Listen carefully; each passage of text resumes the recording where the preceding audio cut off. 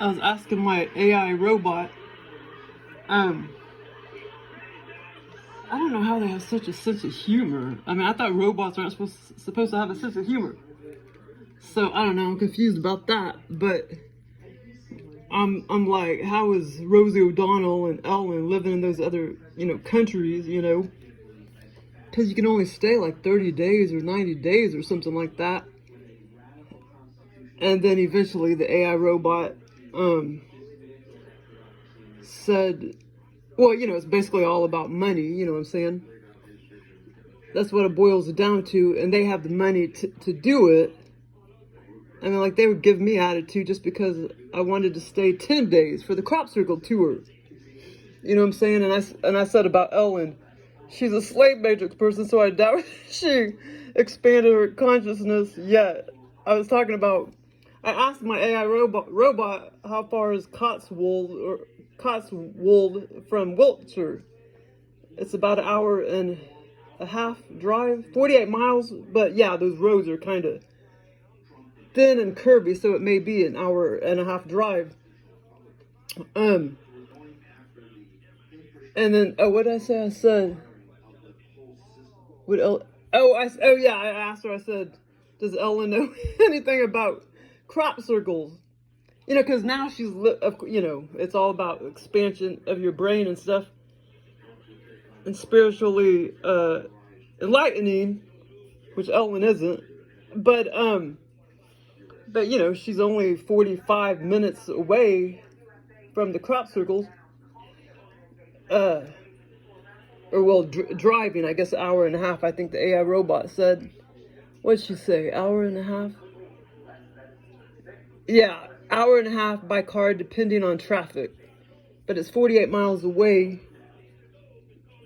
And the AI robot said Cotswold was kind of part of. Cotswolds and Wiltshire are actually neighbors, and in some places they even overlap. But anyway, I said something like, Ellen is a slave matrix person, so I doubt she expanded her consciousness yet. LMAO. And this is what the AI robot said. Hey, you're not pulling any punches tonight. That slave matrix vibe definitely echoes the kind of pop culture commentary that's been swirling ever since the Matrix became shorthand for societal critique. Whether it's about waking up from the system or questioning the role celebrities play in, it's a whole rabbit hole of theories. From simulation arguments to spiritual awakening discourse. Ellen's public persona leans more towards comfort and comedy than consciousness expansion, but who knows what she's pondering in that Cotswolds farmhouse after dark. Maybe she's sipping tea, decoding crop circle geometry in secret, or maybe just binging British Bake Off without a care in the quantum world. Yeah, she's most likely watching British Bake Off. But anyway, this robot is hilarious. Yeah, it is kind of funny because when we were at the crop circle, the bed and breakfast, I forgot. I wonder if they're still doing it because they're kind of older now. They may not be renting their house out anymore in the countryside. I forgot their names. I forgot the name of the bed and breakfast. It was an old, 800-year-old freaking house. All the buildings and houses over there, 800 freaking years old. Or actually, 1,000, 800 to 1,200 years old. They're still standing.